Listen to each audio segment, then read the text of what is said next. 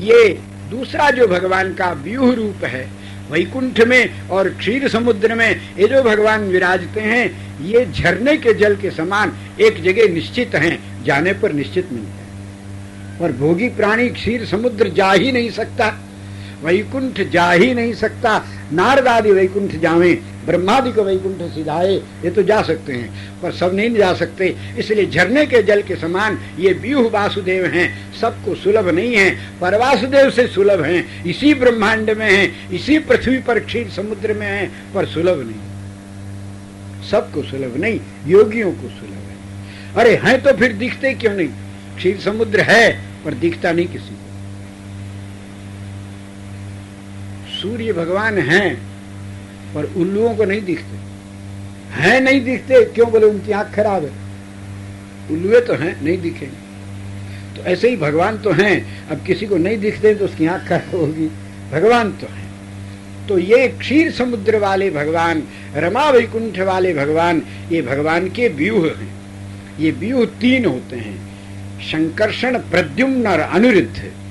इनके लिए तीन लोक है प्रकृति मंडल में, जो रमा वैकुंठ से ऊपर प्रकृति मंडल के इस पार विश्वक्सेन वैकुंठ में आमोद लोक, प्रमोद लोक, सम्मोद लोक। और इनके अंदर भगवान प्रद्युम्न अनंत अनंत ब्रह्मा का रूप धारण करके प्रत्येक ब्रह्मांड का सृजन करते हैं। ये संपूर्ण ब्रह्माओं के मूल भगवान प्रद्युम्न हैं।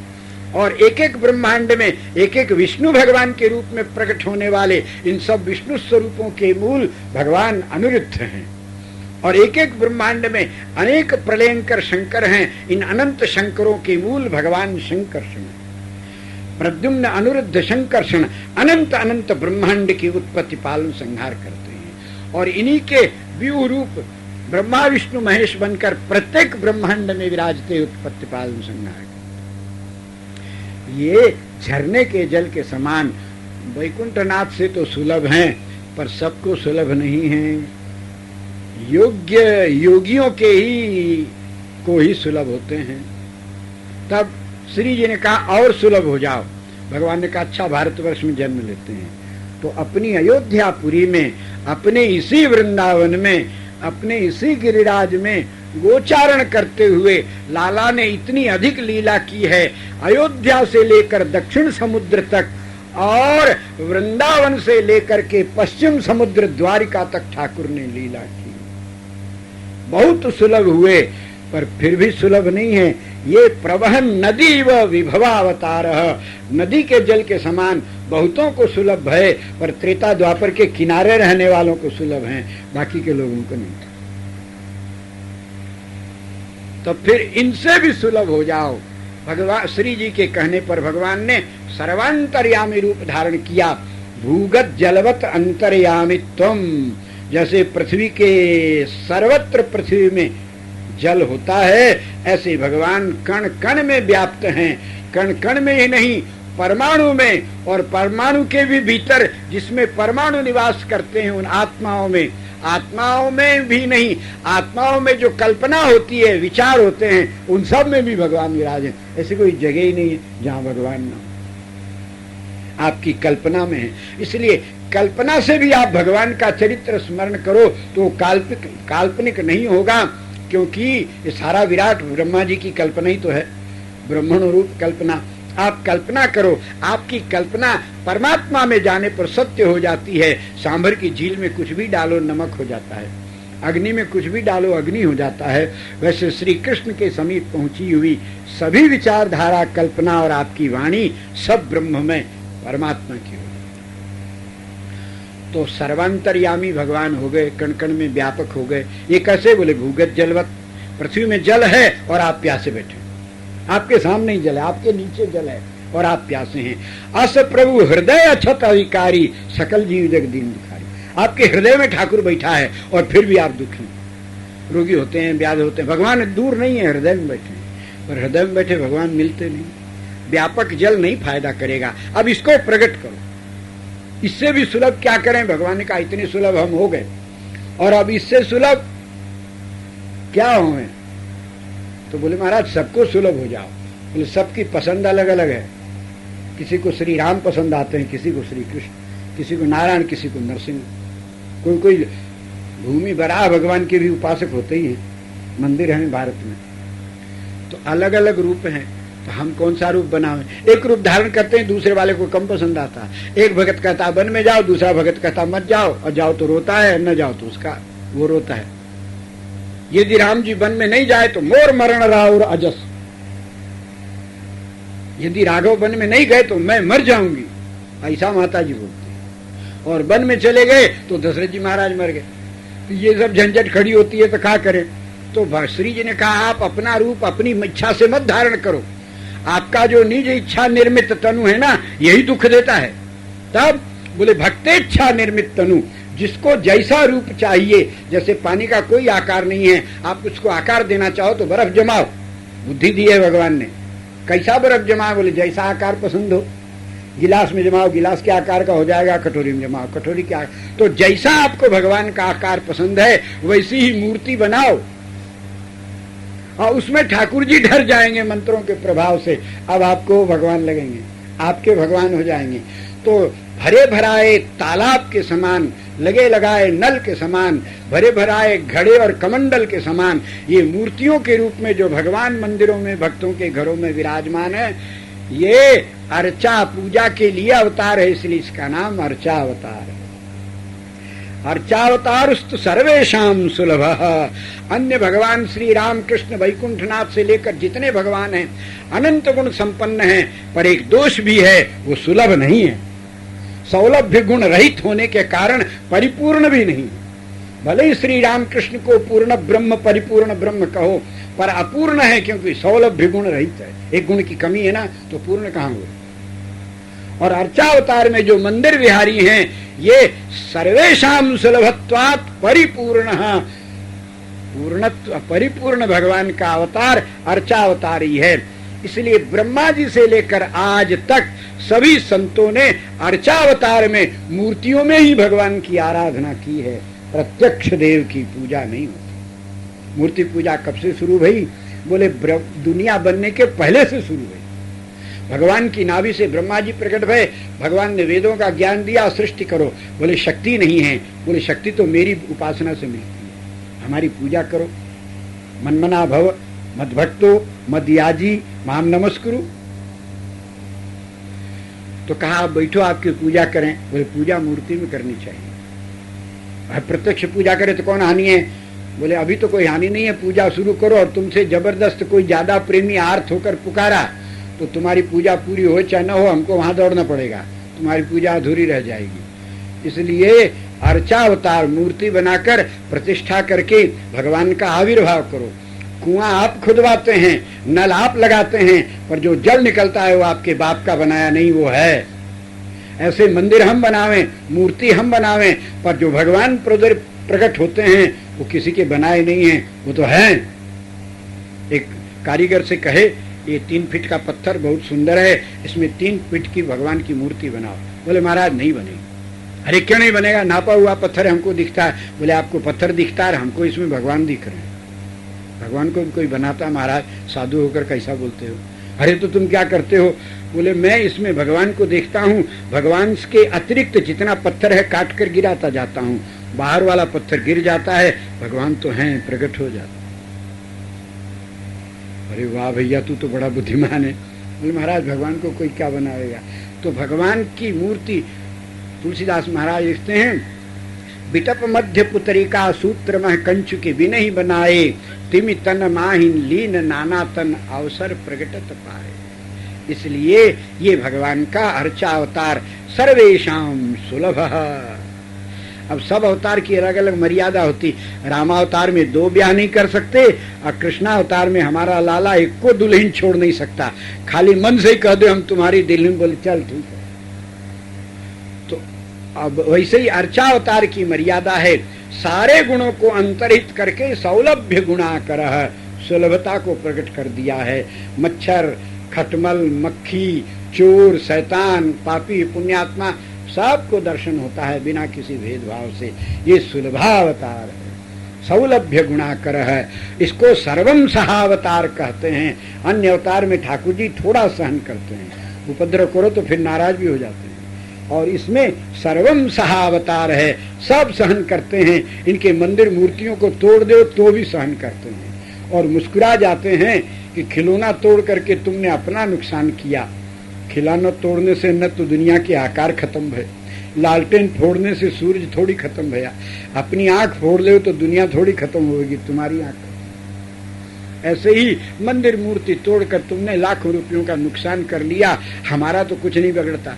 हम तो नंदनंदन हैं, मट्टी के घरौंदे बनाते हैं तो मजा लेते हैं और चलते चलते सबको तोड़ पहाड़ देते हैं तब भी मजा ही आता है। मंदिर बनाओ पूजा करो तो भी हम प्रसन्न होते हैं, मंदिर तोड़ दो तो हम खिलौना फूट गया फट कह के ताली बजा के हंसने लगते हैं। हमारा तो कुछ नहीं बिगड़ता, नुकसान तुम्हारा ही हो। तो ठाकुर का तो कुछ नहीं होने का।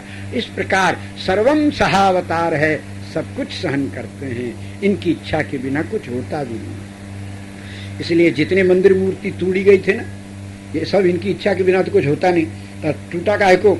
बोले मठों के धन का दुरुपयोग करते हुए महंतों ने देवदासी की प्रथा बिगाड़कर जिन मंदिरों को अनाचार का अड्डा बना लिया, श्री ठाकुर जी ने वशिष्ठ विश्वामित्र की संतान जो विश्वामित्र जी के शाप से दग्ध हो गए और कलयुग में म्लेच्छ बनकर प्रकट भये, उनको प्रेरणा की ये आवरण का दुरुपयोग करते हैं, निरावरण बनाओ। सब म्लेच्छ लोग आए और मंदिरों को तोड़ तोड़ के मस्जिद बना दी। भगवान की प्रेरणा नहीं होती, इनकी दुष्टता होती तो मंदिर तोड़ के शौचालय बनाता, एक भी ऐसा नहीं बनाया। तो इसलिए और जिन मंदिरों की मर्यादा ठीक ठीक बनी रही, उन मंदिरों में यही म्लेच्छ लोग गए तो सैकड़ों मंदिर भारत में ऐसे हैं कि उन लोगों को टोपी उतार कर प्रणाम करना पड़ा। अपने वृंदावन में दाऊ जी महाराज का मंदिर, दाऊ जी जहाँ हैं वृंदावन में, लोग आए बोले यहाँ का राजा कौन है, कौन ठाकुर है? तो ब्रजवासी चालाक चौबे लोगों ने कहा कन्हैया तो छोटा है, यहाँ बड़ा भाई राजा दाऊ है, ब्रज को राजा दाऊ दयाल, अलबेलो छैल चिकनिया ब्रज को राजा। जब गीत गाने लगे तो बोले दाऊ जी किधर हैं? बोले उधर है, यहाँ से 5-7 कोस दूरी पर। चल दिए महाराज पूरी सेना लेकर के। औरंगजेब स्वयं आया था, चल दिया, सब ठाकुर इधर उधर भागने लगे, श्रीनाथ जी भी भगे।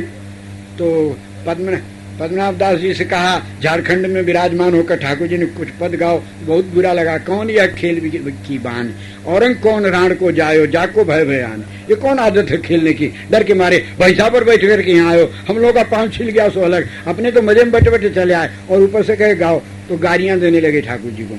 तब तक पता चला औरंगजेब तो चला गया। तो परमानंदास जी ने कहा भली यह खेलवे की बान, ये खेलने की रीति अच्छी है, हम लोगों को परेशान किया, उसको भगा दिया। वो पट्टा दाऊ जी चला, 7 कोस तो है, परेड करती सेना सारा दिन चलती रही। शाम को उधर से लोग मिले, दाऊ जी कितनी दूर? बोले 7 कोस। फिर थोड़ा विश्राम करके फिर चला, दाऊ जी कितने? बोले 7 कोस। 7 दिन 7 रात चलते रहे, दाऊ जी 7 कोस रहे। तब उसने कहा कि ये सच्चा देवता है, अपनी टोपी उतार दिया, दर्शन करूंगा, भेंट करूंगा, उपद्रव नहीं करूंगा। तब पहुंच गए 2 घंटा में दाऊ जी। जब दाऊ जी के मंदिर का दर्शन भया तो बाहर खड़ा होकर मंदिर खोलो, इसमें तो कोई देवता नहीं है। भों बोल के सहस्त्र रूप भया, डर के मारे अरे देवता है देवता है। वो दंडोत किया और 1.25 मन चांदी भेंट किया और प्रणाम करके चला गया। तिरुपति बालाजी में भगवान वेंकटेश के यहाँ चांद खा पहुंचा है अपनी सेना लेकर के। तो पुजारियों ने कहा क्या बात है? बोले मंदिर को तोड़ेंगे, इसका खजाना लूटेंगे। बोले मंदिर नहीं, भगवान का घर है। भगवान हम नहीं मानते। बोले सुनो ऐसा करो, वो दूध का स्नान हो रहा है, तुम डांट दो पुजारियों को, बंद करो स्नान, ये पत्थर की मूर्ति को दूध से नहलाने से दूध काहे को बर्बाद करते हो, बोल के देखो क्या होता है। ऐसा बोलने से क्या होगा? बोल के देखो। जब उसने डांट कर अरे पत्थर की मूर्ति को नहलाता, बंद करो, ही पुजारी देख करके बंद कर दिए। बोलते उसके कंठ में पीड़ा हो गई, बड़ी जोर से व्याकुल हुआ, नीचे गिरा, छपट करने लगा। बड़े बड़े हकीम लोग इलाज करें, रोग बढ़ता। 3 घंटा में त्रस्त हो गया, कोई इलाज काम नहीं कर रहा है। तो बूढ़े साधु ने कहा हाथ जोड़ के माफी मांग ले, भगवान दयालु हैं, क्षमा कर देंगे। अरे भगवान क्षमा कर दे बाबा, कभी ऐसा नहीं बोलूंगा, चुपचाप चला जाऊंगा। बस उसका रोग इतना कहते ही ठीक हो गया। तब वो 1.25 मन चांदी भेंट किया तिरुपति बालाजी को, छत्र भगवान का बनवाया और लौट करके चला गया। अजीज खान नाम का मुसलमान द्वारिका पर चढ़ाई कर दिया। सीवा जी को भगवान ने, भीलों का एक राजकुमार, उसको सूचना दी हमारे गांव में आग लगाया, तुमको जस देते हैं, आ जाओ ठीक करो। सीमा ने आक्रमण कर दिया है, अजीज खां की गर्दन उड़ा दी, उसने उनकी गर्दन उड़ा दी, पर आधे कटे आधे रह गए। फिर सीमा जी लोगों ने द्वारिका की आग बुझा दी, क्योंकि भगवान ने कहा तुरक अजीज नाम धाम को लगाई आग। अहो भगवान कहें मेरी रक्षा कीजिए। भगवान ने सीमा जी को ऐसे कहा, द्वारिका देख पालन टती अचल सीमे की दी अटल। जब सीमा जी महाराज को लोगों ने आकर कह दिया भगवान बच गए, मंदिर तक आग नहीं पहुंची, इन्होंने शरीर छोड़ दिया, तो भगवान ने सीमा जी के दाह संस्कार में अपने आप को ले जाने की आज्ञा दी है। पालकी पर बैठकर भगवान सिंधु के किनारे पहुंचे हैं। उसकी चिता में जब अग्नि लगाई गई है तो भगवान ने परिक्रमा की, सबके देखते देखते फूलों की माला उतर कर गिरी, और तब उसमें पुष्प का विमान प्रकट भया, उसमें भगवान बैठे और सीमा को अपनी गोद में ले लिया है। सीमा ने अपने मित्रों से कहा, पिताजी को कहना रोना नहीं, देखो मैं भगवान की गोदी में बैठकर भगवत धाम जा रहा हूँ, वहाँ प्रतीक्षा करेंगे, तुम सब लोग भी आ जाना। सबको दृढ़ विश्वास भया। तो भगवान की तो कथाएं अनंत हैं, और ये सब भक्तों की कथा ही तो भागवत है।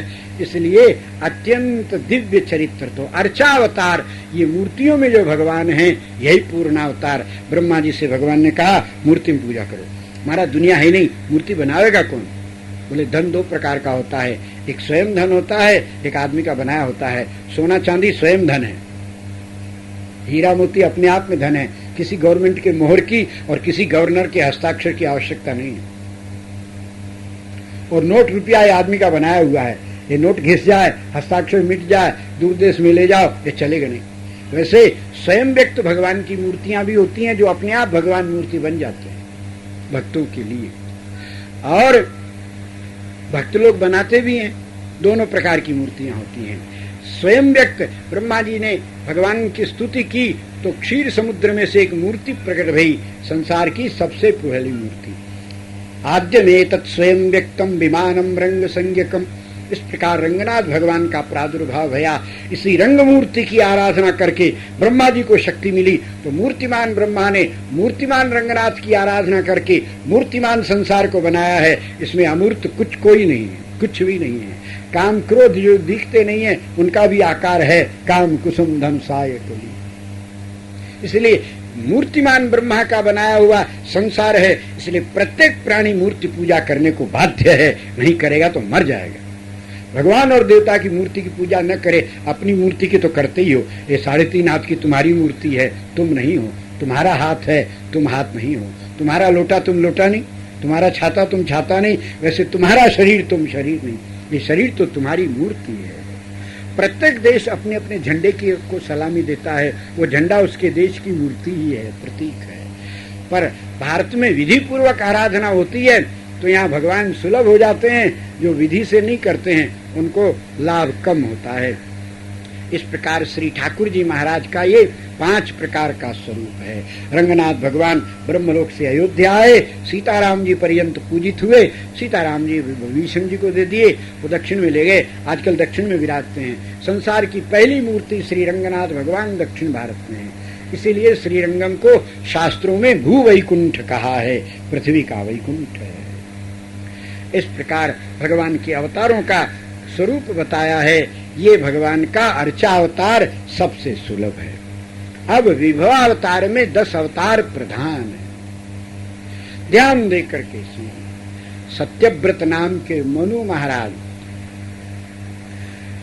प्रलय का समय समीप आया, इनको पता नहीं है।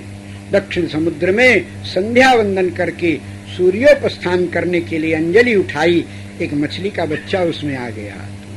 क्योंकि भगवान को सृष्टि का प्रलय करने का समय आ गया, तो अगली सृष्टि होवेगी तो मानवता का बीज कहां से आएगा?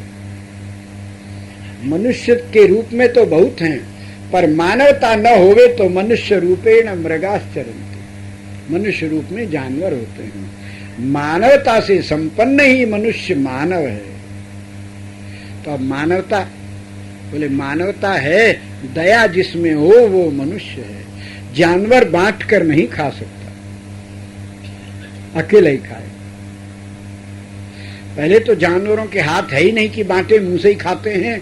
और जिन बानरों के हाथ है वो अपने सगे बेटे को भी नहीं देते खाने के लिए, अपने ही खाते हैं। बेटा स्वयं ही खाना सीख ले, भले बांट कर खाना, ये मानवता है, मनुष्य का स्वभाव है। इसलिए मनुष्य को आज्ञा है यज्ञ करो, बिना यज्ञ किए खाओगे पाप खाओगे। अपने लिए बना के खाता है पाप खाता है। यज्ञ माने बांट कर खाना। महाराज थोड़ी रसोई बनी, सब गांव को कैसे बांटे? बोले तुमको बांटना नहीं आता है, अन्न देव को बांटना, अग्निदेव को बांटना आता है, वो तुम इतना भी दे दो तो बांट देंगे। इसलिए गृहस्थ के घर में रसोई बन जाए तो थोड़ा सा ले करके अग्नि में आहुति दे दो, विष्णुवे स्वाहा, वो सबको बांट देंगे। अग्नि को बांटना आता है? बोला आता है। आपको एक मरचा देवे, सबको बांटो। एक मरचा कैसे बांटेंगे? बोले किसी को मत बांटो, यहाँ अग्नि धर दो, आग में मरचा धर दो, फिर थोड़ी देर में देखो सब खांसना शुरू करते हैं, सबके पास मरचा पहुंच गई ना। ऐसे अग्निदेव को बांटना आता है। इसलिए या तो बांट कर भोजन करो, और यदि कम होवे तो अग्नि में स्वाहा कर दो, अग्निदेव बांट देते हैं। तो यज्ञ शिष्टासिनो संतो मुच्यन्ते सर्व किल विषयी, यज्ञावशिष्ट खाने वाला प्राणी सब पापों से मुक्त हो जाता है। इस प्रकार मानवता की परीक्षा के लिए मनु के हाथ में भगवान मछली का बच्चा बन करके आए। देखा छोटा बच्चा है, जल कम हो रहा है, छटपटा रहा है, महाराज ने समुद्र में छोड़ दिया। तो मछली का बच्चा मनुष्य की वाणी में बोला, राजन मैं छोटा हूँ और जल में छोड़ दोगे तो बड़ी मछली खा जाएगी। संसार ऐसे ही है, बड़ा छोटों को दबाता है, अमीर गरीबों को दबाता है। कोई ही है जिसमें मानवता है, नहीं तो सब एक अपने ही केवल स्वार्थ देखते हैं। इसलिए मेरी रक्षा करो। महाराज ने कमंडल में रखा हो, कमंडल के बराबर हो गए, भगोना में रखा, भगोने के बराबर, सरोवर में रखा, सरोवर के बराबर। महाराज घर ले आए, सरजू जी में पधरा दिया, सरजू जी के बराबर हो गए। तब महाराज हाथ जोड़े, इतनी बड़ा मछली का बच्चा नहीं होता, आप कौन है? तो उस बच्चे ने घूम करके अपना मुख खोला, उसमें शंख और चक्र गदा पद्म धारण किए हुए, बोलो मत्स्य नारायण भगवान की। जोर से जयकार करो, नहीं तो दूसरे जन्म में मछली बन जाओगे। अब समुद्र मंथन का समय भया, दुर्वासा मुनि के साप से लक्ष्मी जी पाताल समुद्र में चली गई। उनको निकाले बिना संसार दरिद्र हो गया। अब क्या करे बिना लक्ष्मी के? न खाने को मिले, न पहनने को मिले, न मकान, न कपड़ा, सब घबरा गए। तो भगवान ने कहा देवता और दानव मिलकर समुद्र का मंथन करो तो लक्ष्मी जी निकलेंगी इनकी कृपा दृष्टि से। जब समुद्र का मंथन करने लगे, पर्वत रखे, मंदराचल पर्वत को मथानी बनाया गया। हाड़ी में लकड़ी की मथानी होती है, समुद्र को मंथन करना हो कैसे बनेगा? तो पर्वत नीचे डूबने लगा। तो देवताओं ने प्रार्थना की तो भगवान कछुए का रूप धारण करके पर्वत को ऊपर ले आए। देवताओं ने देखा ऊपर कैसे आ रहा है, नीचे बड़ा भारी 50 करोड़ योजन का कछुआ, और उसने मुंह खोला, शंख चक्र गदा पद्म धारण किए। बोलो कूर्म नारायण भगवान की जय। हिरण्याक्ष नाम का दैत्य हुआ, वो सारी पृथ्वी को लेकर के पाताल में चला गया। जब वो पाताल में गया तो आकर्षण और प्राणवायु न मिलने से सबके प्राण घबरा गए। तो भगवान ने वराह रूप धारण किया, हिरण्याक्ष को मारकर पृथ्वी को ऊपर ले आए हैं, स्थापित किया है। देवताओं ने जय जयकार की है। बोलो वराह नारायण भगवान की जय। वामन भगवान बन करके ठाकुर ने बलि से 3 पांव की याचना की और सारे ब्रह्मांड को नाप लिया। तब देवताओं ने भगवान की जयकार की। बोलो वामन भगवान की जय। प्रहलाद को सताने के कारण खंभे में से नरसिंह भगवान प्रकट हुए, हिरण्यकश्यप का वक्षस्थल विदीर्ण कर दिया, प्रहलाद का राज तिलक किया। देवताओं ने जय जयकार की है। बोलो नरसिंह भगवान की जय। है वंश के क्षत्रिय उद्दंड हो गए, ब्राह्मण का वध करके भी गौ ले गए। ऐसा अत्याचार देखकर भगवान को क्रोध आया। परशुराम जी के रूप में भगवान ने फरसा उठाया और शारंग धनुष से उसके वंश को विनाश कर दिया। और उसका पक्ष लेने वाले संसार के सारे क्षत्रिय जो जो कार्तवीर्य अर्जुन का पक्ष लेते थे, उन सब को 21 बार काट कर गिरा दिया, पृथ्वी का भार उतारा। जब क्षत्रियों में नम्रता आ गई, ब्राह्मणों की कृपा से उनके प्राण बचे। जब परशुराम जी आवे, क्षत्रिय लोग ब्राह्मणों के घर में पहुंच जाएं, ब्राह्मण कह दें ये हमारे कुटुंब है, हमारे परिवार है, जाओ यहाँ तक। तो किसी का प्राण बचाने के लिए झूठ बोलना पुण्य है, इसलिए ब्राह्मण लोग इनको बचाए। तो फिर इनमें नम्रता आई, ब्राह्मणों का फिर आदर करने लगे। तब भगवान क्षत्रिय के घर में श्री राम रूप धारण करके अद्भुत कार्य किया, परशुराम जी को प्रसन्न किया। समुद्र में सेतु बांधा, रावण जैसे दुर्दांत दानव का दर्प दलन कर दिया। राज्य सिंहासन पर बैठ करके ऐसा राज्य किया कि आज तक संसार में राम राज्य प्रसिद्ध है। देवताओं ने जय जयकार की। बोल सियावर रामचंद्र भगवान की जय। संसार के अंदर हिंसा का अधिक प्रभाव देखा।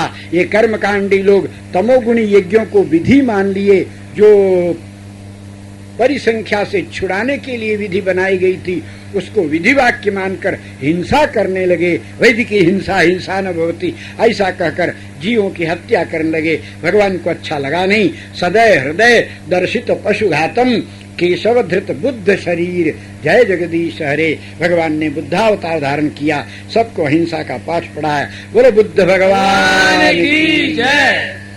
अब आगामी जब कलिकाल का अंत, बीच में श्री कृष्णावतार भया है द्वापर में। भगवान श्री कृष्ण की अद्भुत लीला, रासलीला गिरिराज धारण से लेकर द्वारिका तक सारी पृथ्वी का भार उतारा। भगवान श्री कृष्ण की लीला देखकर देवता प्रसन्न भये, जय जयकार किया है। बोलो श्री कृष्ण भगवान की जय। उसके बाद में आगामी जब कलयुग के 10,000 वर्ष बाकी रह जाएंगे, अभी तो 5,500 वर्ष बीते हैं और 4,32,000 वर्ष का कलयुग है। 4 लाख वर्ष और 32,000 में जब केवल 10,000 वर्ष बच जाएंगे, कलिकाल का चारों तरफ बोलबाला हो जाएगा। मानवों का कद छोटा हो जाएगा, बुद्धि छोटी हो जाएगी, संख्या बढ़ जाएगी, अनंत दुर्दशा होने लग जाएगी, म्लेच्छ हो जाएंगे, धर्म कर्म भूल जाएंगे। तब भगवान का अवतार होगा। विष्णु यश ब्राह्मण के घर में संभल ग्राम में भगवान प्रकट होंगे। संपूर्ण म्लेच्छों को समाप्त करके, कलयुग को नष्ट करके सतयुग का प्रारंभ करेंगे। तब भगवान कल की रूप में प्रकट होंगे तो देवता जय जयकार करेंगे। बोलो कल की नारायण भगवान की जय। इस प्रकार ये भगवान के प्रधान प्रधान अवतारों का वर्णन किया। अब श्री सूत जी महाराज कहते हैं, श्रीमद् भागवत के प्रधान वक्ता शुकदेव जी हैं। यद्यपि ये श्रीमद् भागवत वेदों के समान भगवान के मुख से प्रकट भया है। निगम कल्पतरोर गलितम फलम, और गलित माने पका हुआ फल है। ऐसा पका हुआ है कि पूरा रस ही रस है, ऊपर छिलका नहीं है, भीतर कोई गुठली नहीं है। रसमालयम, और उसमें भी शुक मुखाद अमृत द्रव संयुतम। शुक का मुख लग जावे तो कोई भी फल मीठा हो जाता है। तो ये तो साक्षात शुकदेव जी के मुख से निकला है। इसलिए हे मुनीश्वरों, हे भावुकों, हे रसिकों, श्रीमद् भागवत की कथा श्रवण करके अपने जीवन को कृतार्थ करो। ऐसा कह करके श्री सूत जी महाराज कथा वर्णन करते हैं। श्रीमद् भागवत शुकदेव जी ने राजा परीक्षित को सुनाई है। परीक्षित राजा को क्यों सुनाया, इसकी बात सुनो।